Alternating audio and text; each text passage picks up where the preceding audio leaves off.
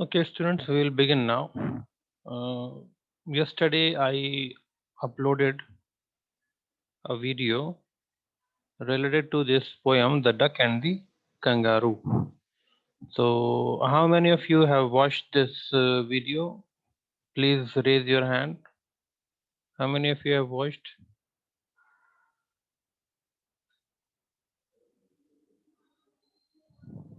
Fida, Somia, Ruhi, Sufyan? Any of you? No one? Okay, so we will play that video again so that you can watch it now.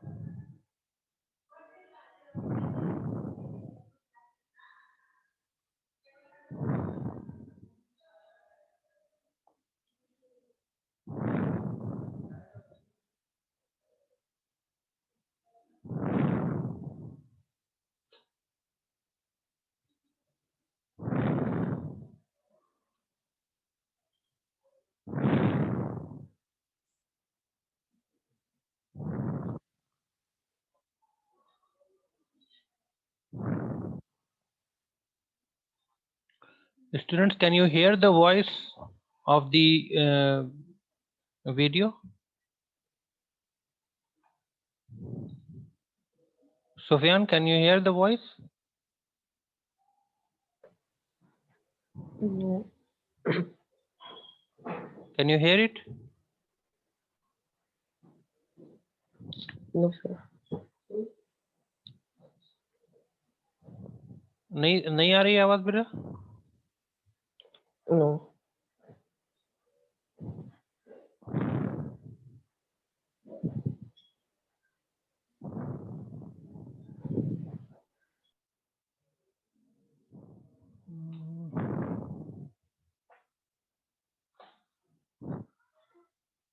Okay, I'll do one thing.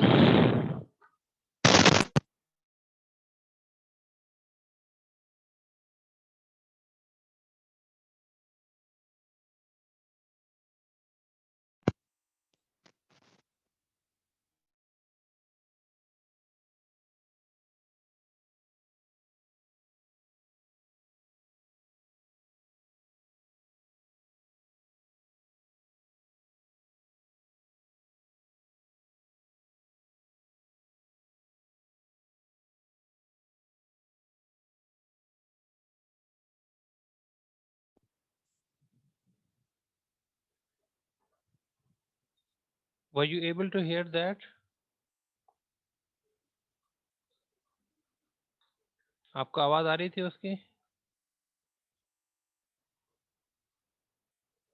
Sufiyan, No, sir. आपको video की आवाज बिल्कुल भी नहीं आई है? Okay, चलिए फिर एक बार दोबारा से रिकैप दे देते हैं आपको. Select speaker, intro.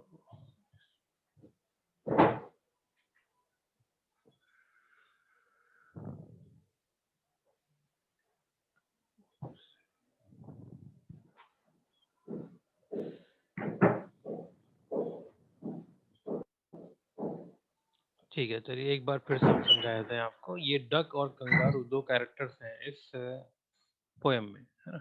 और ये नॉनसेंस वर्ड्स कहलाती है this type of humorous poem. इसको हम, ये जो ह्यूमरस पोएम है, ह्यूमरस पोएम के बहुत सारे टाइप्स होते हैं और उसमें ये नॉनसेंस वर्ड्स कहलाती है. मतलब इसका कोई सेंस नहीं बनता है, आपको इसमें दिमाग खपाने की जरूरत नहीं है. अभी जो मैं आपको समझा रहा हूँ वो बहुत शॉर्ट में समझा रहा हूँ आपको. ये वीडियो ही देखना चाहिए. 11-12 मिनट की वीडियो है. It's not a lengthy video, है ना? कितनी, हाँ, 11:30-12 मिनट की वीडियो है.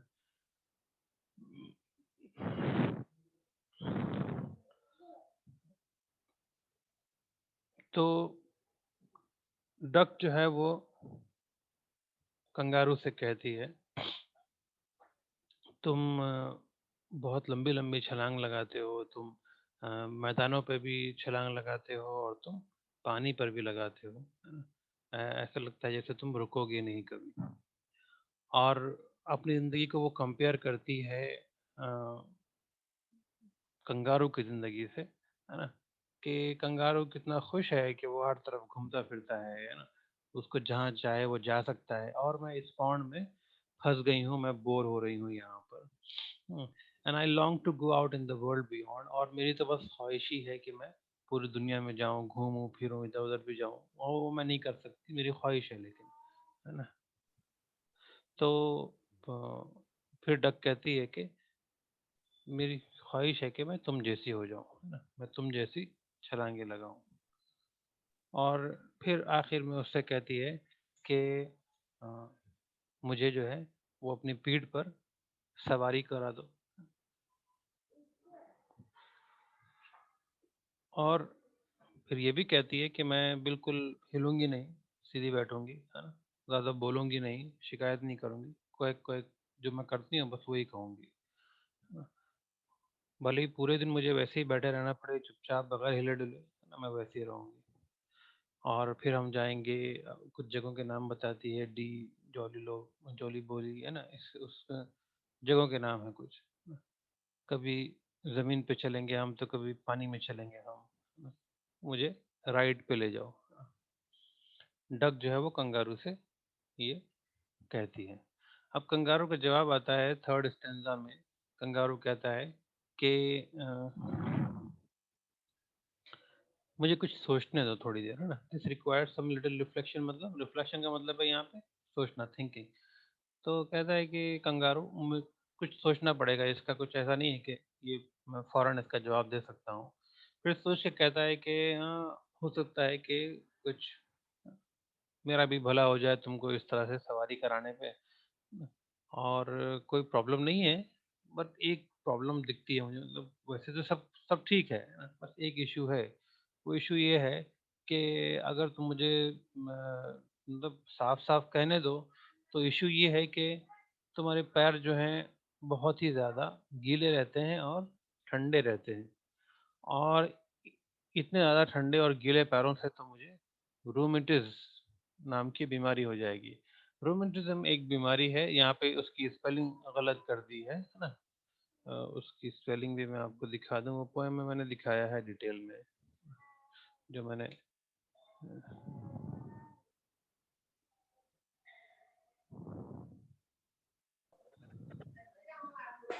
I th- ये असल में इस ये प्रॉब्लम है, असल में ये बीमारी है, रूमेटिज़्म।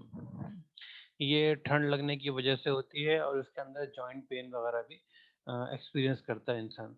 तो उसकी स्पेलिंग को यहाँ पे इस तरह से कर दिया गया है, और वो इसलिए किया गया है ताकि ये रू कंगारू से मैच हो सके, राइम कर सके, है ना? ये डक लक से मैच कर रहा है, रिफ्लेक्शन ऑब्जेक्शन से राइम कर रहा है, बोल्ड कोल्ड रू एंड रू, है ना? इस तरह से ये राइम स्कीम इस तरह से ऐसे बन रही है ना? तो A A B B C C D D ऐसे इसकी राइम स्कीम बन रही है ना? तो इस राइम स्कीम ऐसे बनेगी, A B C C D D, ये इसकी राइम स्कीम बनेगी।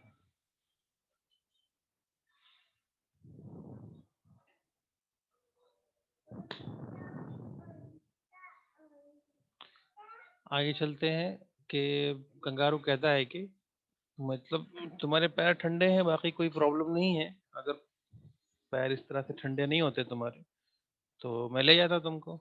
अभी पैर तुम्हारे ठंडे हैं, मुझे तो ठंड लग जाएगी उसकी वजह से। तो अब कुछ इसका सॉल्यूशन निकालना पड़ेगा। कंगारू जो है वो मना कर रहा है एक तरह से, लेकिन जो डक है वो उसके बारे में पहले ही सोच चुकी है ना? डक क्या कहती है अब? डक कहती है कि तुम उसके लिए परेशान ना हो। डक क्या कहती है कि जब मैं रॉक पर बैठी हुई थी, I have thought over that completely, मैंने ये सब कम्प्लीटली सोच लिया है, मैंने इसके ऊपर देर तक सोच विचार किया है। And I bought 4 pairs of worsted socks, मैंने ऊन के, अच्छे ऊन के कुछ सॉक्स खरीद लिए हैं, 4 पेयर खरीदे हैं मैंने। ना, which fit my web feet neatly. आप डक के पैर देखेंगे तो वो एक वेब की तरह होते हैं ना, जैसे कोई जाला सा होता है उस तरह से, है ना। एक और उसने कहा कि जो ठंडक के बारे में तुम बात कर रहे हो, तो मैं अपने पैरों को उन सॉक्स में एक के ऊपर एक चढ़ा लूंगी चारों, और उनको गर्म रखूंगी ताकि तुमको ठंडा ना लगे, है ना। और to keep out the cold I bought a cloak. Cloak एक ड्रेस को कहते हैं, जो लॉन्ग ड्रेस होता है नीचे तक जाता है, उसको कहते हैं क्लॉक। और तो वो मैं पहन लूंगी ताकि ठंड ना लगे। और फिर मैं गर्म रहूं उसके लिए सिगार भी पीऊंगी मैं रोजाना। क्यों? ताकि मेरा और कंगारू का के बीच में, जो हमारे बीच में जो प्यार मोहब्बत है, वो फलती फूलती रहे, है ना, बढ़ती रहे। और हम दोनों वैसे ही दोस्त रहे जैसे अभी हैं। अब आखिर में लास्ट स्टैंजा में क्या होता है कि कंगारू तैयार हो जाता है, ठीक है। कहता है कि चलेंगे हम, मून लाइट होगी जब, हल्की मध्यम रोशनी होगी तो हम चलेंगे घूमने के लिए।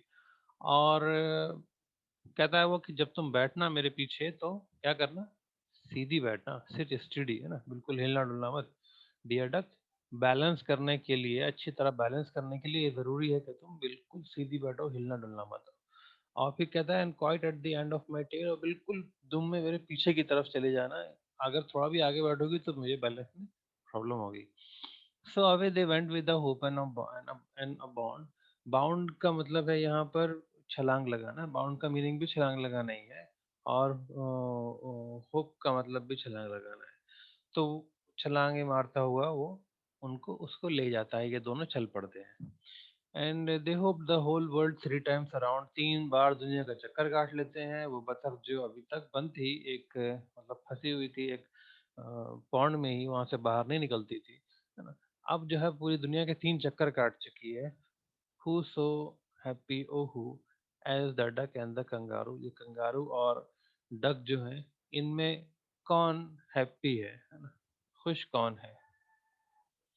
तो मुझे ये जानना है कि ये पोएम क्या सिखाती है आपको। देखिए, जो मैंने अभी अभी एक्सप्लेनेशन जो दिया वो उतना ज़्यादा डिटेल में नहीं था। आपको वो वीडियो देखनी चाहिए जो वीडियो मैंने अपलोड की थी कल। देखना ही चाहिए थी आप लोगों को, आपने देखी नहीं, गलती की आपने, है ना। थोड़ा लेट आती है फिर भी, 15-20 मिनट ज़्यादा से ज़्यादा होती है वीडियो, उसको देख लिया कीजिए।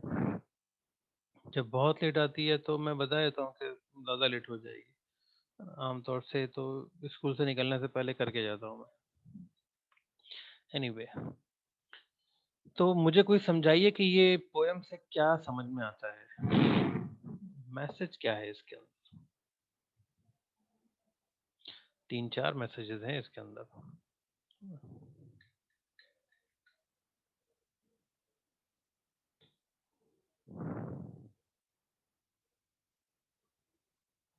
बताइए।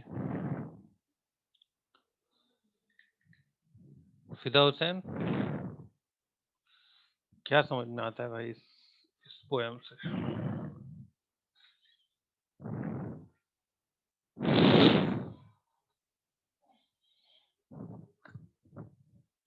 कुछ तो समझाती होगी ना ये पोएम।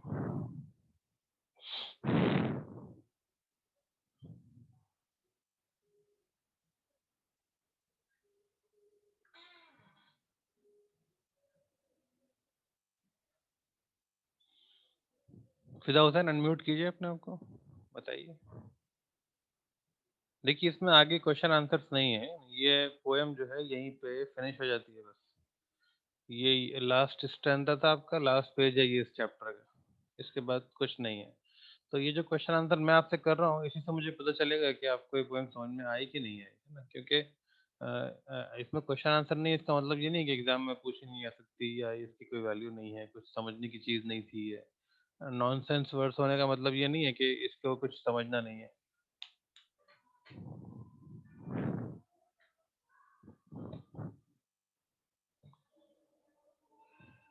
फिदा हुसैन, अनम्यूट कीजिए अपने आप को भाई, कितनी बार कहना पड़ेगा आपसे, अनम्यूट योरसेल्फ।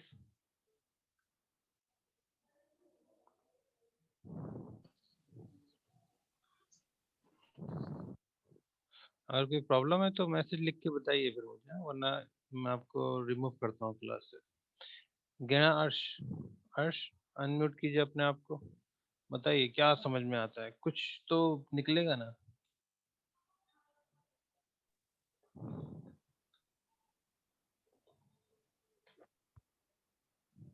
कुछ भी बताइए, चलिए। आपको ये पोएम इतनी सारी है, क्या समझ में आया?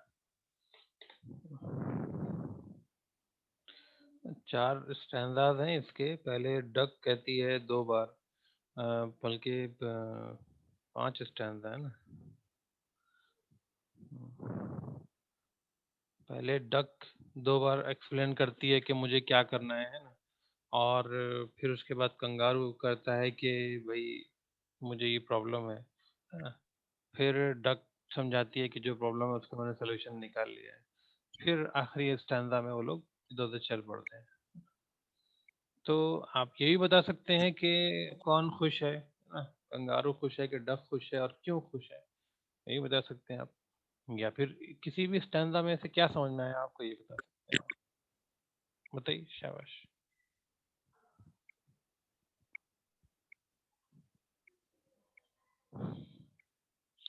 अब अगर आपको क्या समझ में आया ये भी मैं बताऊं तो कोई बात ही नहीं हुई फिर तो। मतलब अर्श को, फिदा हुसैन को, है ना, बाकी सबको क्या क्या समझ में आया ये मैं बताऊं तो फिर तो कोई बात ही नहीं हुई ना ये तो।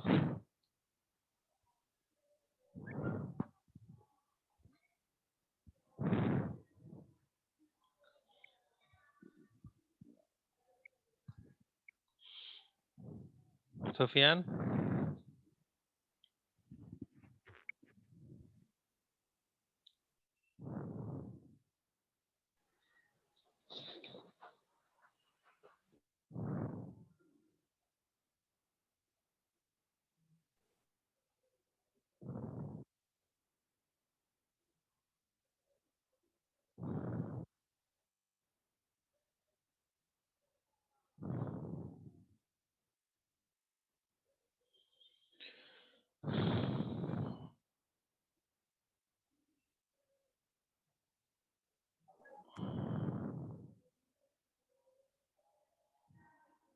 Sufiyan, can you hear me?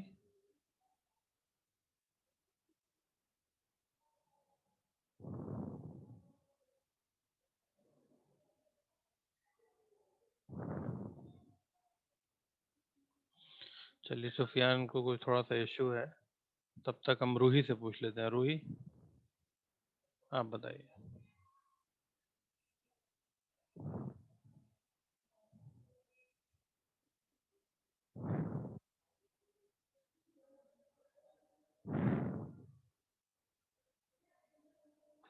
Ruhi, can you hear me?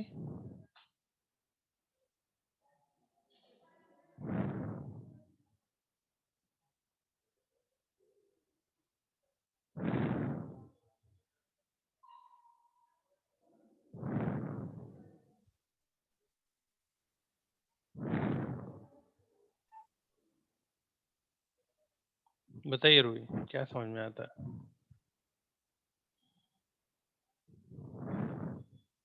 Her stanza में कोई ना कोई मैसेज छुपा हुआ है।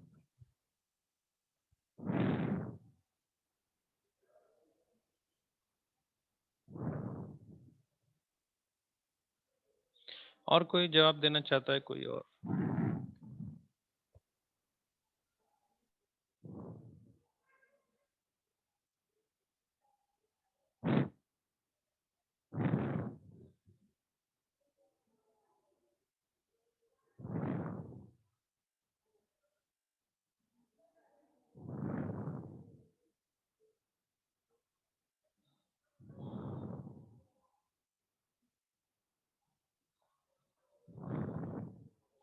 कोई और आंसर करना चाहता है? चलिए मैं ही बता देता हूँ। जो चीज़ें समझने की हैं वो ये हैं कि एक तो ये कि इसकी जो फिगर ऑफ स्पीच है, वो जो राइम स्कीम है इसकी, वो समझने की है कि क्या राइम स्कीम है इसकी। तो राइम स्कीम इसकी हर स्टैंजा की सेम ही है ना। सेम साउंड हमको पहली जो लाइन में मिल रही है उसको हम ए दे देंगे, ठीक है। और जो दूसरी लाइन है उसमें न्यू साउंड है तो उसको बी दे देंगे, ठीक है। फिर थर्ड लाइन में फिर हमको जो फर्स्ट लाइन की जो राइम थी, जो साउंड थी वो सुनाई दे रही है, तो हम जो फर्स्ट लाइन में हमने राइम स्कीम दी थी वो थर्ड लाइन में फिर से देंगे। फिर जो सेकंड लाइन में राइम स्कीम थी वो हमको थर्ड में दोबारा सुनाई दे रही है, तो जो सेकंड लाइन को राइम स्कीम दी थी वो फर्स्ट थर्ड टू फोर्थ को दोबारा दे देंगे। तो फिर जो फिफ्थ लाइन है उसमें नई राइम स्कीम हमको सुनाई दे रही है। हुप और पॉन्ड ये अलग अलग आवाज दे रहे हैं, तो हम ये नहीं सोचेंगे कि ये और ये सेम राइम स्कीम वाले होंगे, ये अलग राइम स्कीम वाला होगा। पॉन्ड और बियॉन्ड की आवाज सेम है, ठीक है। यू एंड कैंगारू की आवाज सेम है, तो इनको सेम राइम स्कीम मिलेगी। लिख के बताया तो मैं आपको, ये ए हो जाएगी, ठीक है। यहाँ पर बी हो जाएगी, ठीक। फिर ये दोबारा कंगारू और टू की आवाज जो है वो सेम है, तो ये ए हो जाएगी, ठीक है। ये फिर बी हो जाएगी, और ये सी, ये भी सी। और यहाँ यू और टू की आवाज फिर दोबारा सुनाई दे रही है हमको, तो इसको ए ही रखते हैं, ठीक है। तो ये ए बी सी सी ए इस तरह से रहेगी। ये ऐसा भी हो सकता है कि यहाँ पे डी मिले आपको कहीं कहीं पे, है ना। ऐसा भी हो सकता है कि यहाँ पे आपको डी मिले एक ही जगह। तो ऐसा देख लूंगा मैं, अगर कहीं दिखता है तो उसका रीजनिंग देख लूंगा, ठीक है। तो ये फर्स्ट स्टैंजा में इस तरह से राइम स्कीम है। और इसमें रिपीटिशन भी दिखता है हमको वर्ड कंगारू का, है ना। ये वर्ड कंगारू जो है वो यहाँ रिपीट हो रहा है, बल्कि पूरा फ्रेज ही रिपीट हो रहा है। Said the duck to the kangaroo, ये पूरा फ्रेज जो है वो रिपीट होता हुआ दिख रहा है हमको। हाँ।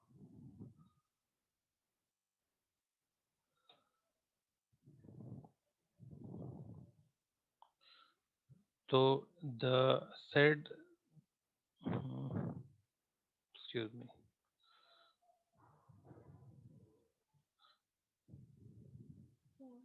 तो ये देख रहे हैं हम कि ये पूरी लाइन जो है यहाँ से यहाँ तक ये सिमिलर है ना। और ये लाइन भी इधर सिमिलर है।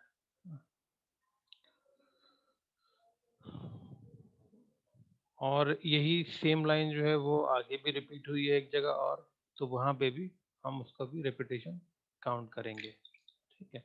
तो ये राइम स्कीम जो है वो अपने पास कहीं पर नोट कर लीजिए इसको। राइम स्कीम होगी ए बी सी सी, या तो ए होगी आखिर में, मोस्ट प्रोबेबली ए ही होनी चाहिए क्योंकि कंगारू और आखिर में एक और वर्ड कंगारू है, तो इनको ये सेम साउंड लेकर आ रहे हैं, है ना। अगर कुछ और रीजनिंग है इसकी तो वो डी भी हो सकती है, पर मैं आपको बता दूंगा डी कब होगी, है ना। तो अभी के लिए हम डी को हटा देते हैं, आप ए ही काउंट करके चलिए उसको, ठीक है। तो ए बी सी सी ए, ये आपकी राइम स्कीम होगी उसकी। और आगे भी इसी तरह से ही होगी राइम स्कीम।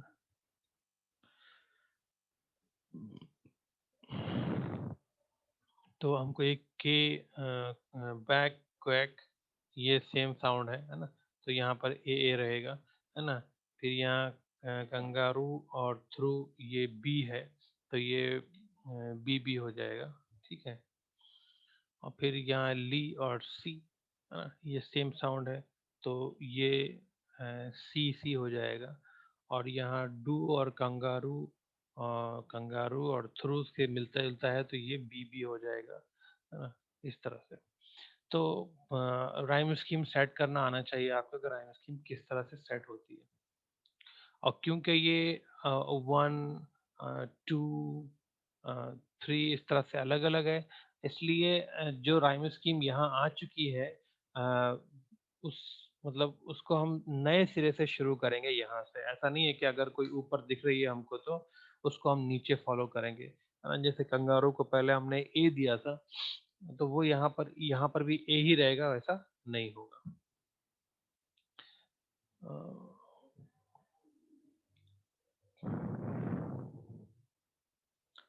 फिर जो मैसेजेस मिल रहे हैं हमको इस पोएम से, पहली चीज़ तो ये मिलती है कि अगर हम पोलाइटनेस रखें अपने अंदर, ना बात करने का, समझाने का तरीका अगर हमारा पोलाइट हो, तो फिर क्या होगा कि हम दूसरों से काम करवा पाएंगे। दूसरों से काम करवाना एक कला है, जो सबको नहीं आती है। अगर एक चीज़ है जो आप चाहते हैं कि दूसरे लोग कर दें आपके लिए, है ना?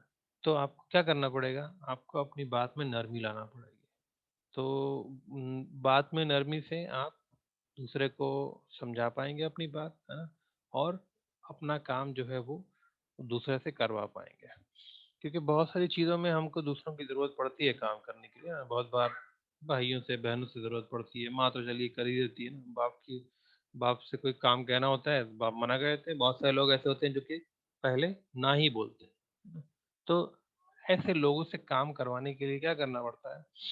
उनको अ, मतलब आप अपनी बात को इस तरह से समझाइए कि वो मान जाए और उसमें प्यार से बात करनी है। दूसरी चीज़ जो हमको इससे दिखती है, वो ये कि अ, हर कोई जो है वो अ, जिस सिचुएशन में होता है, वो उस सिचुएशन को अपने लिए अच्छा नहीं मानता है ना, वो सोचता है कि दूसरे की सिचुएशन जो है वो अच्छी है।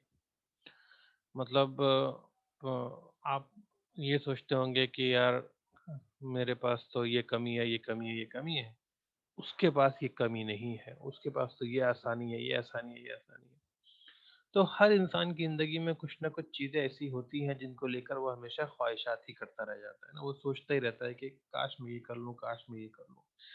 तो ऐसा नहीं है कि हर किसी की ज़िंदगी जो है वो अ, उम, मतलब खुश ही चल रही है, हर किसी की ज़िंदगी जो है वो उसमें कोई प्रॉब्लम नहीं है। जब भी हम ये सोचते हैं कि दूसरे की ज़िंदगी जैसी हमारी ज़िंदगी हो जाए, हम अपनी ज़िंदगी की खुशियों को इग्नोर कर देते हैं। हम ये भूल जाते हैं कि अल्लाह ताला ने हमको बहुत सारी नेमतें दी हैं और उन नेमतों का हम इस्तेमाल कर रहे हैं। ऐसा नहीं कि वो नेमतों का हम इस्तेमाल नहीं कर रहे हैं, वो किसी लॉकर में पड़ी हुई हैं।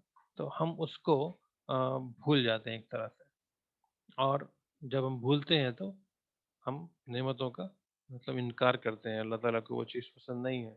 और ये चीज़ हमारे दिल में जो नेमतें अल्लाह ताला ने दे रखी हैं, उनका एहसास कम कर देती है ना। अगर मान लीजिए आप को आपके पास एक लेट्स से फॉर एग्ज़ाम्पल आपके पास एक गाड़ी है ना? आपके पास एक एक आम सी नॉर्मल गाड़ी जो होती है वो गाड़ी है आपके पास। पर आप किसी की मर्सिडीज़ कार को देख के कहते हैं कि यार काश मेरे पास ये गाड़ी आ जाए ना, काश मुझे ये गाड़ी मिल जाए। तो क्या होगा? आपकी अपनी जो गाड़ी है आपको उसमें बैठकर फिर आपको मज़ा नहीं आएगा, आपको अच्छी नहीं रहेगी अपनी कार। तो जो नेमतें आपको मिली हुई है ना, आप उन नेमतों को एप्रिशिएट करना छोड़ देते हैं। आप उनको उनकी तारीफ़ नहीं करते। आप फिर ये सोचते हैं कि काश ये जो जो दूसरी चीज़ है जो दूसरी चीज़ है वो मिल जाए। तो ये नहीं सोचना चाहिए ना। ये जिस बॉन्ड में रहती है, जिस घर में रहती है, उस घर को नेस्टी कह रही है कि मेरी ज़िंदगी बोर है एकदम, है ना? मुझे मतलब मज़ा नहीं आता ज़िंदगी में। अपने आप को ऐसा कहना असल में जो भी नेमत है, ऐसा नहीं है कि कंगारू इसकी तरह पानी में तैर सकता है, पानी में वो नहीं तैर सकता, है ना? तो ये भी अच्छी चीज़ है कि जो डक है वो दुनिया घूमना चाहती है ना? मतलब आप नई चीज़ों को एक्सप्लोर करें, ये ख्वाहिश आपके अंदर हमेशा रहनी चाहिए। ऐसा नहीं होना चाहिए कि आप एक जगह पर कंटेंट होके रह जाएँ कि हाँ, बस मुझे इतना ही है ना? मैं मतलब अ, मुझे इतना ही हासिल करना है, मुझे इतना ही पढ़ना है, मुझे इतना ही कमाना है, मुझे इतना ही सीखना है ना? तो जब हम कम पे राज़ी हो जाते हैं तो हमारा डेवलपमेंट रुक जाता है। तो हमें ज़्यादा हासिल करने की कोशिश करते रहना चाहिए। हमारे अंदर ये ख्वाहिश कभी कम नहीं होना चाहिए कि जो नेमतें और हैं अल्लाह ताला की, उनमें से भी और को मैं हासिल कर लूँ। पर उसकी वजह से ये नहीं होना चाहिए कि मेरे पास ऑलरेडी जो नेमतें अल्लाह ताला ने दे रखी हैं, जो सहूलतें, जो आसानियाँ अल्लाह ताला ने दे रखी हैं, मैं उसको मतलब डिस्क्रेडिट करो, उनको एक्सेप्ट ना करो, उसका शुक्र अदा ना करो। तो ये हमको मिलता है इस पोएम से। फिर दूसरी चीज हमको ये मिलती है इस पोएम से कि अ, अ, जब भी कोई प्रॉब्लम सामने आती है ना, देखिए ये डक ने इसको एक प्रॉब्लम, जब भी कोई बात सामने आती है तो उसके ऊपर हमको सोच विचार करना चाहिए, है ना। This requires some little reflection का मतलब ये है कि कंगारू जो है वो अ, मना भी कर सकता था सीधे सीधे, है ना, यहाँ भी कहता था सीधे सीधे, पर उसने कहा कि थोड़ा सोचना पड़ेगा, मुझे थोड़ा सोचने दो। तो जो भी इशू आता है उसके लिए थोड़ा सा थिंकिंग जो है, थोड़ा रिफ्लेक्शन उसके ऊपर ज़रूरी होता है। पर शुरू-शुरू में आपको ऐसा लगेगा कि यार मैं तो हर वक़्त डिसीज़न लेता हूँ कोई ना कोई, मुझे घर में रहना है कि बाहर जाना है, खड़े होना है, सोना है कि पढ़ना है। इस तरह के डिसीज़न जो है वो हम दिन भर में लेते ही रहते हैं। There are numerous decision we take in our 24 hours. तो अब अगर हम हर चीज़ पे सोचते रहेंगे तो मतलब काम में डिले हो जाएगा हमारे बहुत। पर होता क्या है कि जब आप सोच कर कोई काम करेंगे, है ना? मान लीजिए आप अपने दोस्तों के साथ खड़े हुए हैं, है ना? आपको हँसना है, कोई जोक आया, उसके ऊपर हँसना है। तो ये हँसना है कि नहीं हँसना, ये आपका डिसीज़न है ना? ये ऐसा नहीं है कि ये बगैर डिसीज़न के आप करेंगे। अब कोई बहुत ही बेकार सा जोक था, उसके ऊपर आप अगर हँसेंगे, तो लोग कहेंगे देखो पागल है, इसको पता ही नहीं कि जोक पे हँसते हैं कि बेकार बातों पे भी हँसते हैं, है ना? तो मैं बात लोगों की नहीं कर रहा हूँ यहाँ पे। मैं ये कहना चाहता हूँ आपको कि जो भी डिसीज़न आप लेते हैं, जो भी काम आप करते हैं, उसके लिए एक डिसीज़न रिक्वायर होता है। पर अगर आप डिसीज़न लेते हैं बगैर सोचे-समझे, तो उस डिसीज़न में गलती के चांसेस बहुत होंगे। और अगर आप सोचना शुरू करते हैं ना, रिफ्लेक्ट करना शुरू करते हैं, तो आपका दिमाग फिर उसी तरह से फंक्शन करना शुरू करता है। अगर आप मान लीजिए कि किसी चीज़ अपने डिसीजंस के ऊपर सोचना शुरू करते हैं, तो इन द बिगिनिंग इट में टेक सम टाइम। हो सकता है कि शुरुआत में आपको टाइम लगे, हो सकता है कि शुरुआत में देर लगे उसके अंदर, लेकिन फिर धीरे-धीरे आप उसको एडजस्ट कर लेंगे। मतलब सीखने लगेंगे उस हिसाब से कि फास्ट डिसीजन कैसे लिए जाते हैं। फिर एक और चीज़ भी इससे मिलती है हमको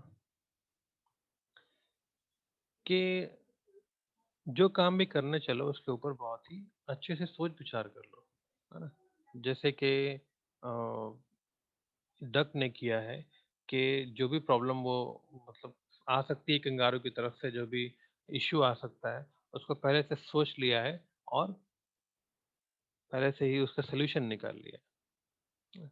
तो ये भी आपको करना पड़ेगा।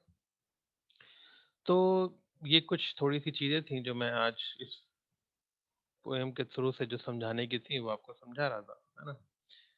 तो आज के लिए बस इतना ही students. Thank you very much everyone for joining and many students left the class.